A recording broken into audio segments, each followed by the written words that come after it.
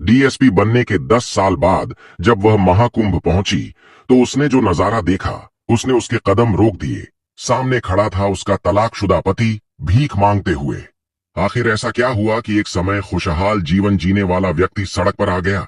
इस दिल दहला देने वाली सच्चाई को जानने के लिए वीडियो को अंत तक जरूर देखें। इसकी शुरुआत होती है बिहार के एक छोटे से गांव से, जहां एक गरीब मध्यम वर्गीय परिवार की लड़की संगीता रहती थी। उसकी महज 12 वर्ष की उम्र में शादी कर दी गई थी। उसका बाल विवाह कर दिया गया था, क्योंकि बिहार के कई गांवों में आज भी बाल विवाह की परंपरा जारी है। कहा जाता है कि जो लोग आपस में एक दूसरे को अच्छी तरह से जानते हैं, जिनका सालों से मेल झोल रहा है, वे अपने बच्चों की कम उम्र में शादी कर देते हैं। जब वे बड़े हो जाते हैं तो उन्हें फिर से शादी के बंधन में बांध दिया जाता है। उसी प्रकार 12 वर्ष की उम्र में संगीता का भी बाल विवाह कर दिया गया था। अब वह भले ही अपने घर में रह रही थी, लेकिन 18 वर्ष की उम्र होते ही उसे अपने ससुराल जाना था। न तो वह अपने मनपसंद का कोई लड़का चुन सकती थी और न ही कोई बड़ा सपना देख सकती थी कि वह जीवन में कुछ कर सकती है। लेकिन संगीता पढ़ाई लिखाई में बहुत अच्छी थी। बचपन में उसने अपनी हर परीक्षा में बहुत अच्छे अंक प्राप्त किए थे। इसी वजह से स्कूल के शिक्षक भी कहते थे कि यह लड़की बड़ी होकर जरूर कुछ बड़ा करके दिखाएगी। लेकिन बिहार के उस छोटे से गांव के लोगों की सोच भी बहुत संकुचित थी। वे लड़कियों को ज्यादा पढ़ने नहीं देते थे। वे हमेशा उन्हें 6ठी 7वीं तक पढ़ाकर घर के कामकाज सिखा देते थे, क्योंकि उनकी यह मानसिकता थी कि लड़कियां पढ़कर क्या करेंगी, उन्हें तो आगे चलकर अपने पति का घर ही संभालना है। तो आखिर उन्हें पढ़ने का क्या मतलब? यही सोच संगीता के माता पिता की भी थी। संगीता के पिता एक गरीब व्यक्ति थे, जिन्होंने अपने पुराने मित्र के बेटे के साथ संगीता का बाल विवाह करा दिया था। वे हमेशा उसे कहते थे कि तुम्हारी शादी हो चुकी है, तुम्हें 18 साल की उम्र में अपने ससुराल जाना है। जब तक अपनी जिंदगी इस घर में जी लो, कोई बड़ा सपना देखने की जरूरत नहीं है तुम्हें।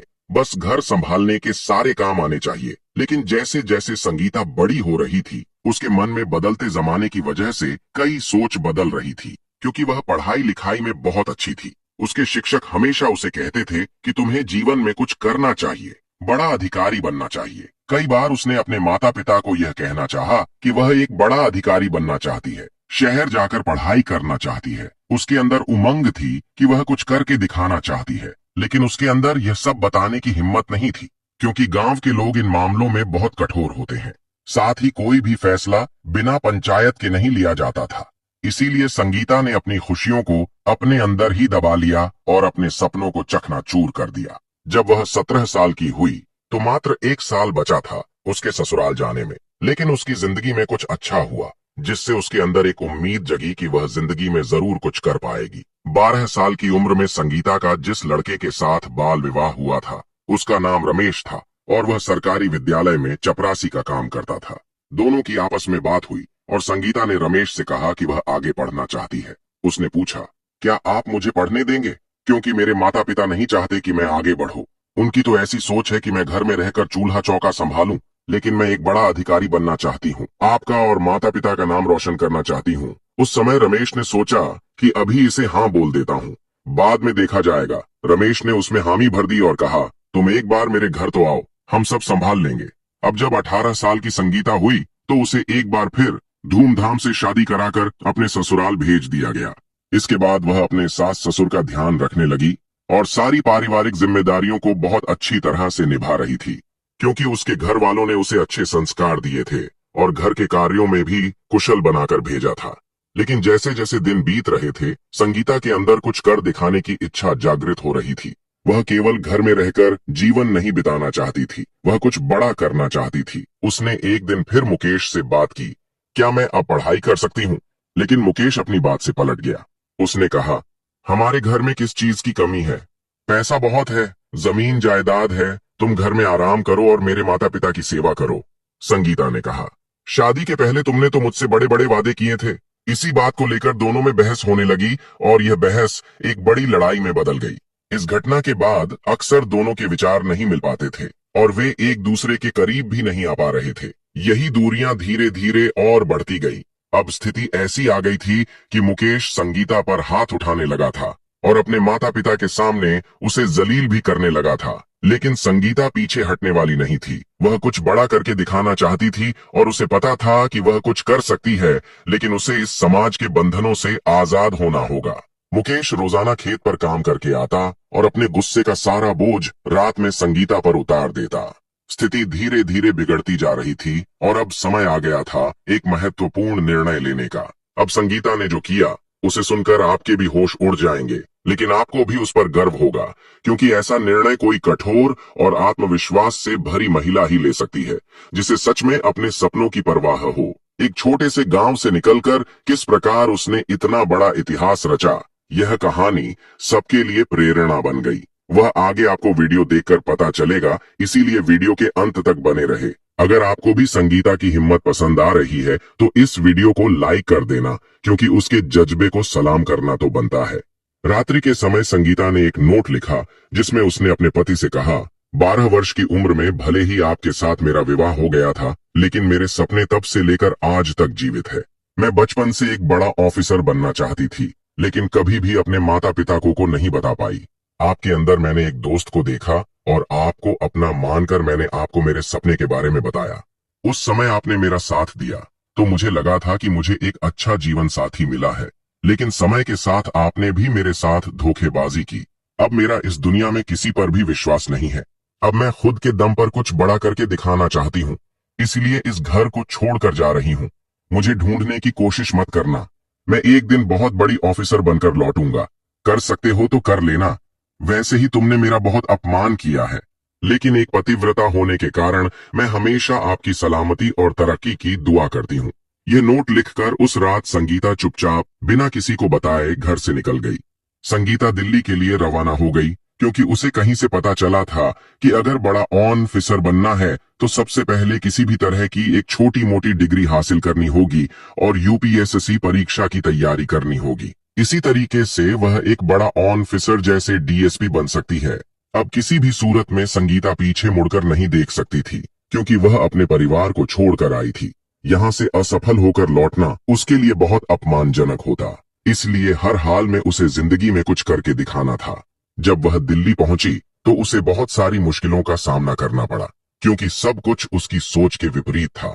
उसे लगा था कि वह वहां जाकर सब कुछ संभाल लेगी, लेकिन वहां कई विद्यार्थी कई सालों से यूपीएससी की तैयारी कर रहे थे। सबसे पहले उसने बीए करने के लिए प्राइवेट फॉर्म भरा और एक कॉलेज से बीए करने लगी।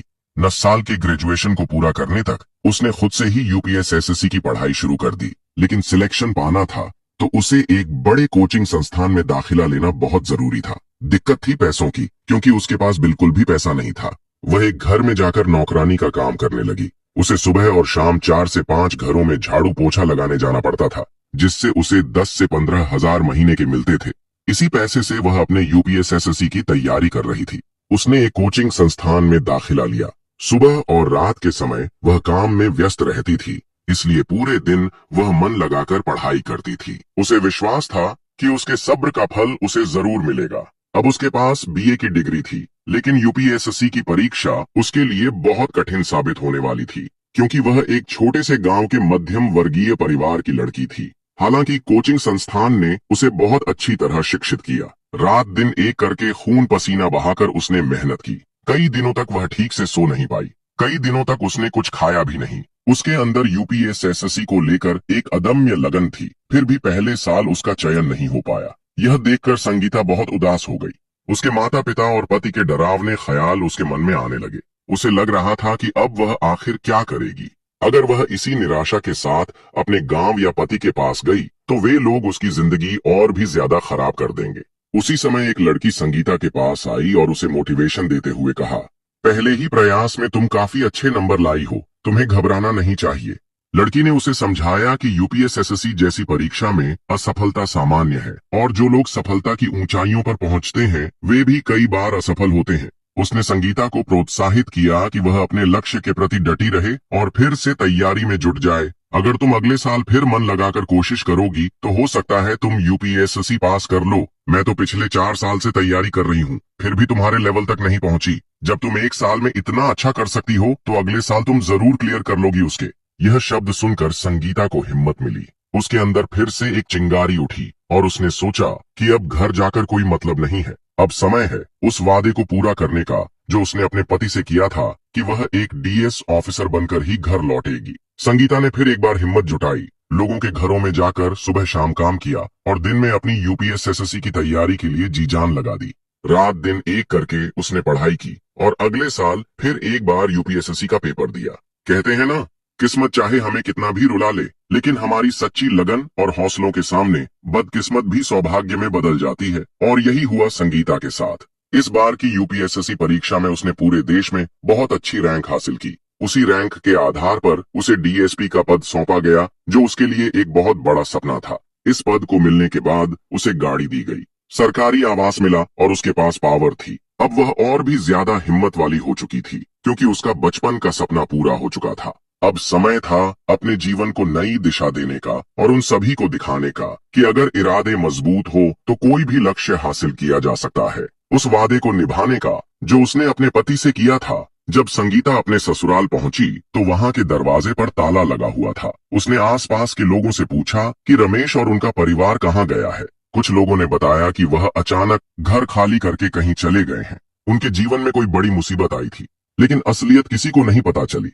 जिसके बाद संगीता अपने गांव गई, जहां गांव की पहली महिला डीएसपी अधिकारी का सबने बड़े आदर और गर्व के साथ स्वागत और सम्मान किया। गांव वालों की छोटी सोच में एक बड़ा बदलाव आया, क्योंकि उन्होंने देखा कि जिस गांव में लड़कियों को छठी सातवीं के आगे पढ़ने नहीं दिया जाता था, उसी गांव की एक बेटी ने इतना बड़ा पद हासिल कर लिया।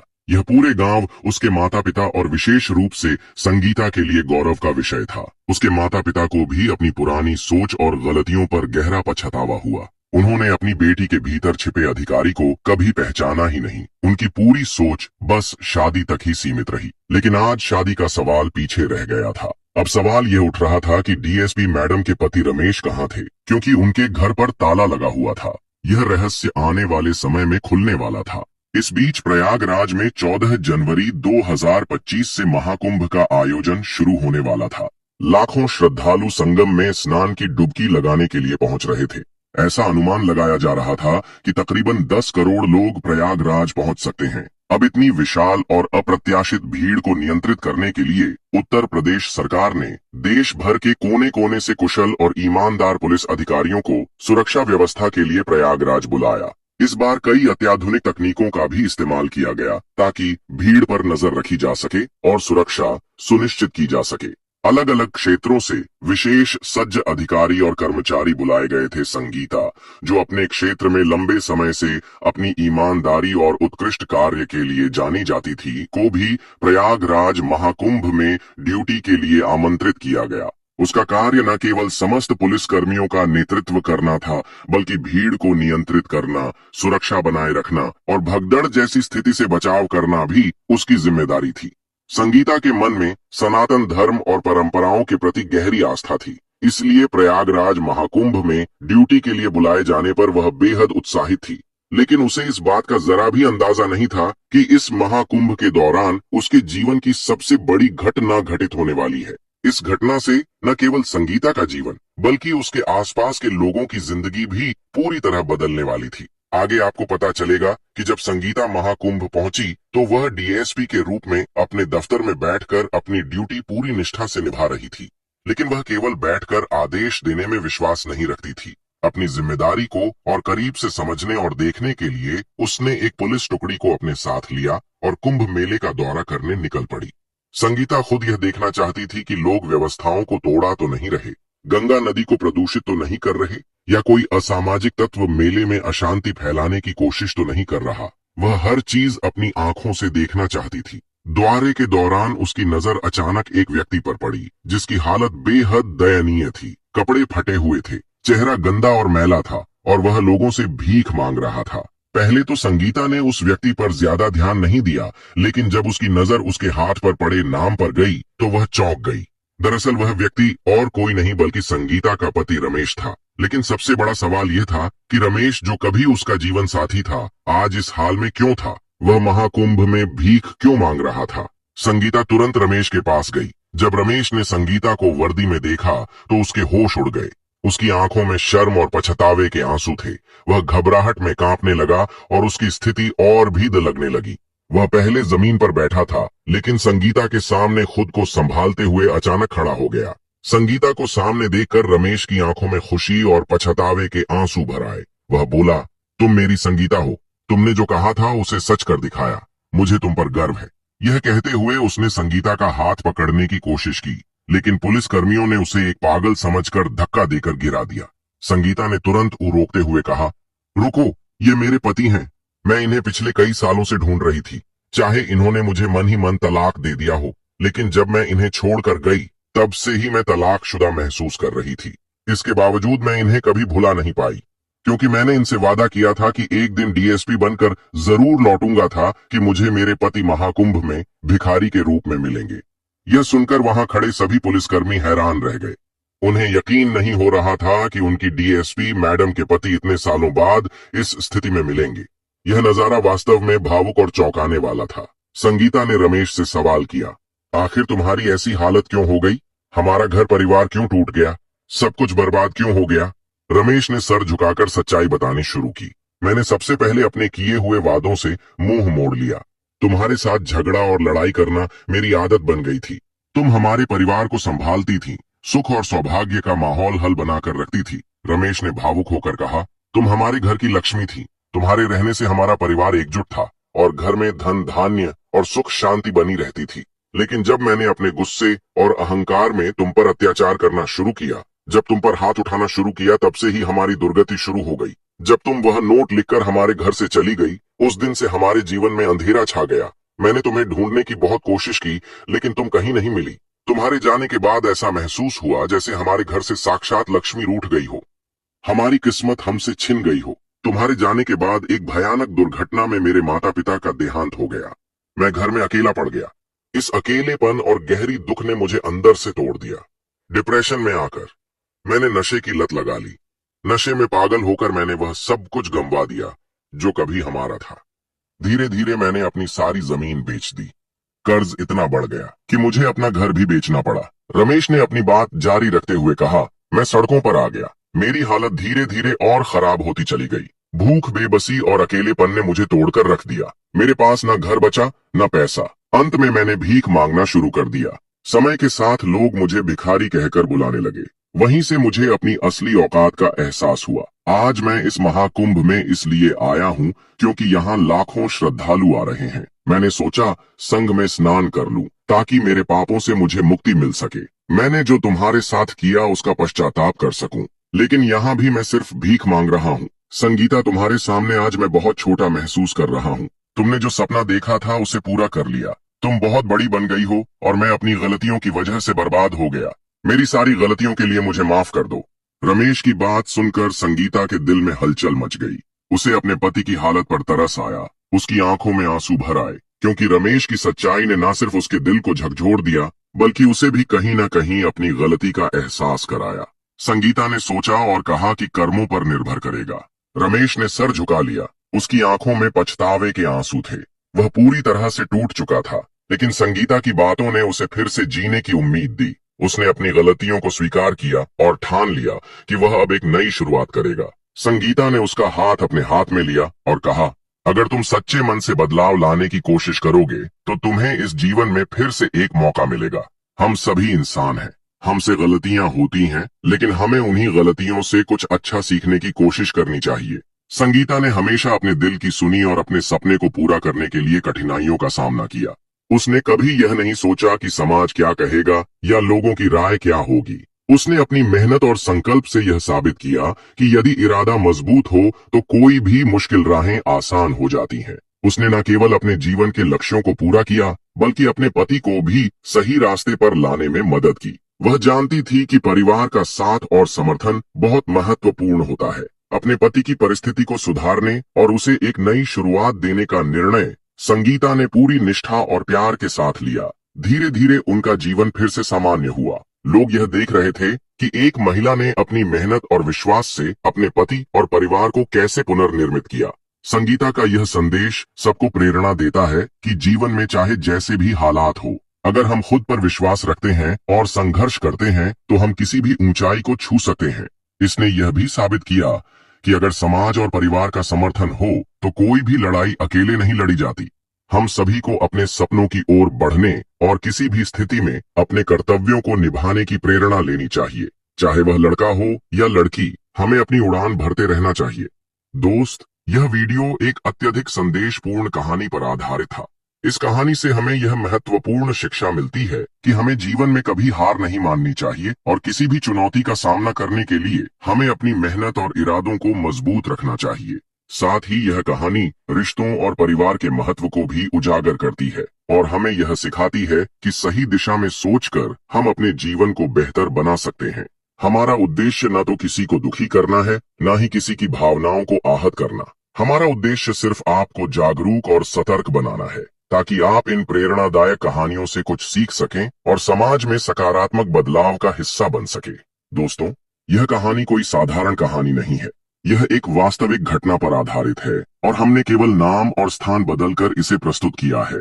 अगर आपको यह वीडियो पसंद आया हो तो इसे लाइक करें और कमेंट बॉक्स में जय श्री राम लिखें। साथ ही हमारे YouTube चैनल को सब्सक्राइब करके बेल आइकॉन दबाएं, ताकि आपको ऐसी ही प्रेरणादायक कहानियां मिलती रहें।